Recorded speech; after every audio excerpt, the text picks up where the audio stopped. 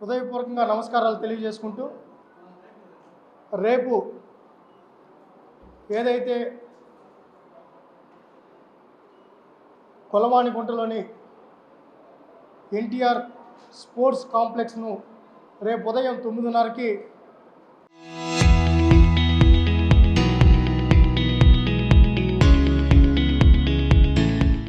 గౌరవ విద్యా ఐటీ శాఖ మంత్రులు నారా లోకేష్ గారు ప్రారంభిస్తున్నారు.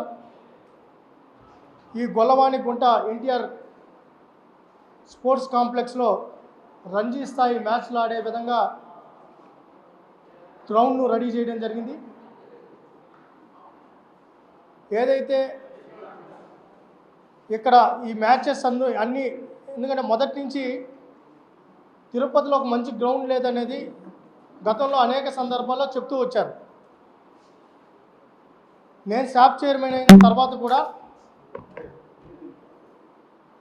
మీరు అనేక సందర్భాల్లో తిరుపతికి మంచి గ్రౌండ్ కావాలి, ఈరోజు విశ్వవిద్యాలయాలకు నిలవగా ఉంది, విద్యకు హబ్బుగా ఉంది, కానీ ఇంత పెద్ద టౌన్కి గ్రౌండ్ లేదనే పరిస్థితుల్లో గతంలో ఉండేది. గతంలో స్మార్ట్ సిటీ దీన్ని డెవలప్ చేయాలనే ఆలోచనకు వచ్చినప్పటికీ నిధుల కొరతతో కొన్ని ఇబ్బందులతో దాన్ని పక్కన పెట్టడం జరిగింది. దాని తర్వాత మున్సిపల్ డిపార్ట్మెంట్ వాళ్ళతో మాట్లాడడం, దీన్ని Andhra Pradesh sports authority take over చేయడం, దాదాపు 9.5 కోట్ల రూపాయలు శాప్ ద్వారా అంటే సిఎస్ఆర్ సెస్ ద్వారా ప్రభుత్వం ఏదైతే నిధులు ఉన్నాయో నిధులు రాష్ట్రంలో అనేక ఇబ్బందులు ఉన్నప్పటికీ ప్రభుత్వం నిధులతో పని లేకుండానే ఈ గ్రౌండ్ నిర్మాణానికి శ్రీకారం చుట్టడం జరిగింది. వివిధ కంపెనీలను అప్రోచ్ అయ్యాం. ఈ శాప్కి రావాల్సిన సెస్సుని వేరే డిపార్ట్మెంట్ నుంచి రావాల్సిన సెస్సును కూడా ఆ డిపార్ట్మెంట్లో మంత్రులతో వాళ్ళతో రిక్వెస్ట్ చేసి ఆ నిధులను కూడా సమకూర్చి దీన్ని పూర్తి చేయడం జరిగింది. ఇది ఒక క్రికెట్తోనే పరిమితం కాదు, kabaddi, kho kho, volleyball, ball badminton, archery గేమ్స్ను ఇక్కడ ఆడుకునే విధంగా దానికి కోర్స్ కూడా రెడీ చేయడం జరిగింది. దాంతోపాటు పిల్లల్ని ఇక్కడ ఏదైతే కిడ్స్ని ట్రైన్ చేయడానికి అకాడమీని కూడా ఇక్కడి నుంచే రన్ చేస్తున్నాం. వాళ్ళకు కూడా 5 టర్ఫ్లు ఏదైతే ఉందో అవి కూడా రెడీ చేయడం జరిగింది. దాంతోపాటు పేరెంట్స్ వాకింగ్ చేసే విధంగా పిల్లల్ని ఇక్కడికి తీసుకొని వచ్చిన తర్వాత వాళ్ళందరికీ కూర్చునే విధంగా వాకింగ్ కూడా ట్రాక్ రెడీ చేయడం జరిగింది. మీరు ఒక్కసారి గుర్తు చేసుకుంటే ఇదే ప్రాంతంలో యువనేత నారా లోకేష్ గారు పాదయాత్ర జరుగుతున్న టైంలో ఒక స్టూడెంట్ క్వశ్చన్ వేశారు, ఇక్కడికి ఒక మంచి గ్రౌండ్ లేదు, గ్రాస్ గ్రౌండ్ లేదు, ఆడుకునే పరిస్థితి లేదు, మీరు గ్రౌండ్ నిర్మాణం చేస్తారా అని అడిగారు. ఆ రోజు లోకేష్ గారు ఒక మాట ఇచ్చారు, మేము అధికారంలోకి వస్తానే, కూటమి అధికారంలోకి వస్తానే స్పోర్ట్స్ మీద ప్రత్యేక దృష్టి సారిస్తాం, దాంతోపాటు తిరుపతిలో కూడా బెస్ట్ ఇన్ఫ్రాస్ట్రక్చర్ ఇవ్వడానికి మేము పనిచేస్తామని కూడా చెప్పడం జరిగింది. ఆ ప్రామిస్ ఏదైతే ఉందో ఆ ప్రామిస్ని కూడా ఇక్కడ ఫుల్ఫిల్ చేయడం జరిగింది. ఇది ఒకటి. దీంతో పాటు రెండవది, మన కూతవేటు దూరంలో ఉన్న చంద్రబాబు నాయుడు గారు చదువుకున్న ఏదైతే స్కూల్ ఉందో బాయ్స్ హై స్కూల్ చంద్రగిరి, ఆ బాయ్స్ హై స్కూల్లో కూడా 3,20,00,000తో మల్టీపర్పస్ యూజేజ్గా ఇండోర్ స్టేడియంను నిర్మాణం చేయడం జరిగింది. 2 బ్యాడ్మింటన్ కోర్ట్లు, chess, table tennis, gym, yoga సెంటర్ను అక్కడ పెట్టడం. అదేవిధంగా ఒకప్పుడు చంద్రగిరి హాకీకి హబ్బుగా ఉండేది, ఖేలో ఇండియా సెంటర్ కూడా ఉండేది. అక్కడే రజనీ గారు 2 టైమ్స్ ఒలింపిక్ పార్టిసిపేషన్ చేసిన రజనీ గారు అక్కడే ట్రైన్ అయ్యి ఒలింపిక్ స్థాయికి వెళ్ళడం జరిగింది. దాంతోపాటు అక్కడే గౌరవ మాజీ శాసనసభ్యులు స్వర్గీయ నారా రామ్మూర్తి నాయుడు గారు కూడా ఆ స్కూల్లో చదువుతో పాటు ఆల్ ఇండియా కబడ్డీ చైర్మన్గా అక్కడే ఉమెన్ కబడ్డీ లీగ్ కూడా పెట్టడం జరిగింది. First time women kabaddi league పెట్టడం జరిగింది. ఆయన హయాంలోనే ఉమెన్ వరల్డ్ కప్ కూడా తీసుకొని రావడం జరిగింది. ఆయన గౌరవార్థం సంఘాలు, క్రీడా సంఘాలు కోరిక మేరకు కబడ్డీ అసోసియేషన్ ఫెడరేషన్ కోరిక మేరకు స్పోర్ట్స్ ప్రమోటర్గా పనిచేసిన రామ్మూర్తి నాయుడు గారి పేరు మీద ఆ స్టేడియం నామకరణం కూడా చేయడం జరిగింది. ఇది ఎక్కడ రాజకీయాలతో కాకుండా స్పోర్ట్స్ ప్రమోటర్గా ఆయన తీసుకొని రావడం జరిగింది. అక్కడ హాకీ ఫీల్డ్ కూడా రెడీ చేయడం జరిగింది.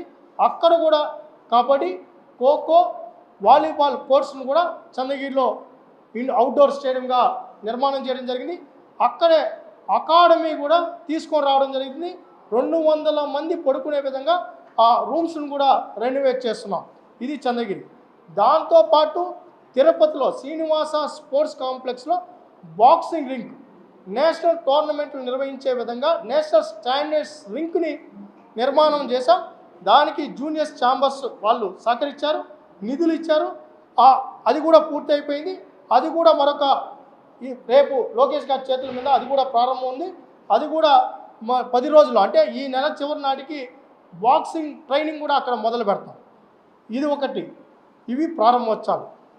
భూమి పూజకు వచ్చే కొందికి కర్ణం మల్లేశ్వరి గారి పేరు మీద అకాడమీని కూడా, వెయిట్ లిఫ్టింగ్ అకాడమీని శ్రీనివాస స్పోర్ట్స్ కాంప్లెక్స్లో నిర్మాణం చేస్తున్నాం. కర్ణం మల్లేశ్వరి గారు అంటే మీ అందరికీ గుర్తుంటుంది. 2000 సంవత్సరంలో మన తెలుగు జాతి గౌరవంగా తలెత్తుకొని ఒలింపిక్స్లో మెడల్ సాధించే విధంగా ఆమె సాధించడం, ఈ దేశ గౌరవాన్ని, ఈ రాష్ట్ర గౌరవాన్ని దశ దిశలో వ్యాపింప చేసిన క్రీడాకారిణి, వెయిట్ లిఫ్టర్. ఆమె పేరు మీద అకాడమీ 200 మంది పడుకునే విధంగా హాస్టల్ నిర్మాణం కూడా అకాడమీలో చేస్తున్నాం. దానికి సంబంధించి భూమి 5,50,00,000తో టెన్నిస్ కోర్ట్, బ్యాడ్మింటన్ రెనోవేషన్ అన్నీ కలిపి అకాడమీ ఏదైతే జూలైలో అకాడమీ ప్రారంభిస్తామని చెప్పామో ఆ అకాడమీకి సంబంధించి రేపు లోకేష్ గారి చేతుల మీద స్టోన్ ఇనాగ్రేషన్. దాంతోపాటు గూడూరు నియోజకవర్గం కోట మండలంలో 2,20,00,000తో మల్టీపర్పస్ స్టేడియం సంబంధించిన భూమి పూజ ఉంది. అది కూడా లోకేష్ గారు చేస్తారు. దాంతోపాటు సూలూరుపేటలో ఫ్లెమింగ్ ఫెస్టివల్ అంటే మనందరికీ తెలుసు. ఈ దేశం అంతా కూడా ఆ ఫెస్టివల్ కోసం వెయిట్ చేస్తారు. అదే ప్రాంగణంలో మల్టీపర్పస్ యూజేజ్గా క్రీడా ప్రాంగణాన్ని కూడా, ఎందుకంటే అక్కడ కబడ్డీ, ఖోఖో కూడా ఆడిస్తున్నాం. ఆ రోజు స్పోర్ట్స్ కంటిన్యూషన్ ఉండేదానికోసం ఆ స్కూల్ అదేవిధంగా ఎడ్యుకేషన్తో టైఅప్ అయి 2,70,00,000 రూపాయలతో అక్కడ కూడా ఇండోర్ అవుట్డోర్ స్టేడియం కూడా నిర్మాణం చేస్తాం. ఫ్లెమింగ్ ఫెస్టివల్తో పాటు స్పోర్ట్స్ ఫెస్టివల్ కూడా నెక్స్ట్ ఇయర్ నుంచి చేసే విధంగా ఆ నిర్మాణం, దానికి భూమి పూజ కూడా చేయడం జరుగుతుంది. ఇది కాకుండా రేణిగుంటలో మనకి ట్రైబల్ స్కూల్స్, అదేవిధంగా అక్కడ ఏదైతే హాస్టల్ ఉందో అక్కడ 80 లక్షలతో స్పోర్ట్స్ ఇన్ఫ్రాస్ట్రక్చర్ కూడా బిల్డ్ చేసే విధంగా అది కూడా భూమి పూజ చేయడం జరుగుతుందని చెప్పి శిలాఫలకాన్ని కూడా ఆవిష్కరిస్తారని కూడా తెలియజేసుకుంటూ, ఇది కాకుండా రేపు లోకేష్ గారితో పాటు ఇన్ఛార్జ్ మినిస్టర్ అనగాని సత్యప్రసాద్ గారు, స్పోర్ట్స్ మినిస్టర్ రాంప్రసాద్ రెడ్డి గారు కూడా వస్తారు. ఇది ఏదైతే మంత్రివర్గానికి సంబంధించిన ప్రజాప్రతినిధులు, శాసనసభ్యులందరూ కూడా రావడం జరుగుతుంది. ఇది కాకుండా రేపు కర్ణం మల్లేశ్వరి గారు కూడా రేపు వస్తారు స్టోన్ ఇనాగ్రేషన్కి. అదేవిధంగా పివి సింధు గారు, కిడింబి శ్రీకాంత్ గారు, ఎవరైతే ఏషియన్ ఛాంపియన్ బ్యాడ్మింటన్ ఎర్రా జ్యోతి గారు, ఏదైతే అథ్లెటిక్ ప్లేయర్ ఎవరైతే ఉన్నారో ఏషియన్ ఛాంపియన్ ఎర్రా జ్యోతి గారు, దాంతోపాటు ఎవరైతే కోనేరు హంపి గారు, గ్రాండ్ మాస్టర్ లలిత్ బాబు గారు, బ్లైండ్ క్రికెటర్ T20లో మొన్న వరల్డ్ కప్లో ఏదైతే బాగా రాణించిన మన తెలుగు బిడ్డ కుమారి గారు, అజయ్ కుమార్ రెడ్డి గారు blind cricketer and coach, Indian coach, ఆయన కూడా రాబోతున్నారు.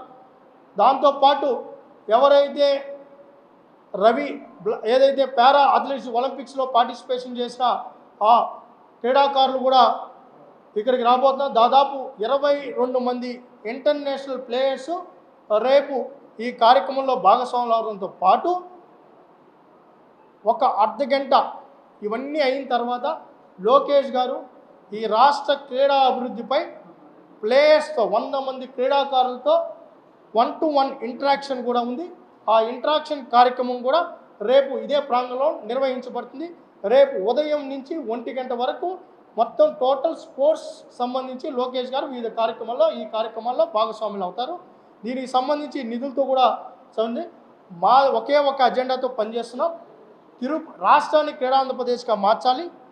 దాంతోపాటు తిరుపతిని క్రీడా హబ్గా మార్చడానికి నేను ఇక్కడే పుట్టాను. నాకు ఈ అవకాశం ఇచ్చిన చంద్రబాబు నాయుడు గారు, లోకేష్ గారు, కూటమి ప్రభుత్వం, పవన్ కళ్యాణ్ గారు నాకు అవకాశం ఇచ్చారు. నా సాయి శక్తులారా తిరుపతి క్రీడా అభివృద్ధికి ఎంత చేయాలో అంత చేస్తాం. నిధుల కొరత ఉంది, రాష్ట్రంలో బడ్జెట్ లేదు, అయినా కంపెనీల దగ్గరికి వెళ్తున్నాం. సిఎస్ఆర్ ఫండ్ రైజ్ చేసుకున్నాం. P4 మోడల్లో ముందుకు తీసుకొని వస్తున్నాం. రేపు కూడా ఒక కంపెనీ సిఎస్ఆర్ చెక్ కూడా రేపు ఇవ్వబోతోంది. ఇవన్నీ పనిచేయడానికి ఎంత ఇబ్బంది పడినామో, ఎంత కష్టపడినానో నాకు తెలుసు. దీన్ని ఒక షేప్ తీసుకొని రావడానికి నేను ఏం చేయడానికైనా ముఖ్యమంత్రి గారి ఆలోచనతో మేము పనిచేస్తాం. అదేవిధంగా నిజంగానే ప్రతి క్రీడాకారుడు ముఖ్యమంత్రి గారికి రుణపడి ఉండాలి. 28 ఎకరాల 30 సెంట్లు కలెక్టరేట్కు ఆనుకొని నేషనల్ హైవేకి అత్యంత విలువైన భూమిని ఆంధ్రప్రదేశ్ స్పోర్ట్స్ అథారిటీకి కూడా కేటాయించడం జరిగింది. దాదాపు 200 కోట్లు విలువ చేసే భూమిని కూడా స్పోర్ట్స్ విలేజ్కి కేటాయించడం జరిగింది. అది చిన్న విషయం కాదు. దాని వెనకాల ఎంత కష్టం ఉందో, ఎన్ని ఇబ్బందులు వచ్చాయో అన్ని కోర్టు కేసులు అన్నీ క్లియర్ చేసి ముఖ్యమంత్రి గారి సహకారంతో స్పోర్ట్స్ అథారిటీకి కేటాయించడం జరిగింది. మేము ఎప్పటికీ అది కూడా ఇంకొక 3 నెలల్లో DPR రెడీ అవుతుంది. phase 1, phase 2, phase 3 కింద తీసుకొని వస్తున్నాం. అంటే కేంద్ర ప్రభుత్వాన్ని కూడా ఒప్పిస్తున్నాం. నా కోరిక ఏంటంటే పటియాలా తర్వాత లేకపోతే ఏదైతే మనం ఒరిస్సానో, భువనేశ్వరో, లేకపోతే మనం ఏదైతే మహారాష్ట్రలో ఉన్న అకాడమీనో, పదుకునే అకాడమీనో అక్కడ పోయి ట్రైన్ అయ్యే పరిస్థితి భవిష్యత్తులో ఉండకుండా ఇక్కడే ట్రైన్ అయ్యే విధంగా ట్రైనింగ్ సెంటర్ ఏర్పాటు చేయాలనేది మా కోరిక. మీ అందరి సహకారంతో, కేంద్ర రాష్ట్ర ప్రభుత్వాల సహకారంతో అది సాధ్యమవుతుందని ఆశిస్తున్నాం. ఇప్పటికే కేంద్ర స్పోర్ట్స్ మినిస్టర్ మన్సుఖ్ మాండవీయ గారితో అనేకసార్లు చర్చించడం జరిగింది. కలియుగ ప్రత్యక్ష దైవం వెంకటేశ్వర స్వామి కొలువైన ప్రాంతం, తమిళనాడుకి ఇటు కర్ణాటకకి ఆనుకోన్న ప్రాంతం, ఇక్కడ కానీ ట్రైనింగ్ అకాడమీ కానీ పెట్టగలిగితే ఇది దక్షిణాది రాష్ట్రాలకు హబ్ అవుతుందని కూడా రిక్వెస్ట్ చేయడం జరిగింది. అదేవిధంగా కేంద్ర ప్రభుత్వం కూడా గతంలో ఎప్పుడూ లేని విధంగా వేరే రాష్ట్రాలకు కేటాయించబడిన నిధుల్ని 74 కోట్లు మళ్ళీ మన రాష్ట్రానికి కేటాయించుకునేలాగా చేశాం. ఈ సంవత్సరం బడ్జెట్లో కూడా టాప్ 5 స్టేట్స్లో మనం ఉంటాం. బడ్జెట్ కేటాయింపుకి మనకి వస్తుందని కూడా తెలియజేసుకుంటూ, ఏదేమైనప్పటికీ మీ సహకారం, మీ సూచనలు కూడా తీసుకుంటూ క్రీడా అభివృద్ధి వైపు నడిచేలాగా ముందుకెళ్తామని కూడా తెలియజేసుకుంటూ, మీ రేపు స్పోర్ట్స్, ఎందుకంటే స్పోర్ట్స్ అంటే ఒక ప్రమోషన్, ఒక ఎమోషన్, అది మీ ద్వారానే సాధ్యమవుతుందని కూడా తెలియజేసుకుంటూ రేపు మీరు సహకరిస్తారని కూడా విజ్ఞప్తి చేసుకుంటున్నాం. Thank you so much.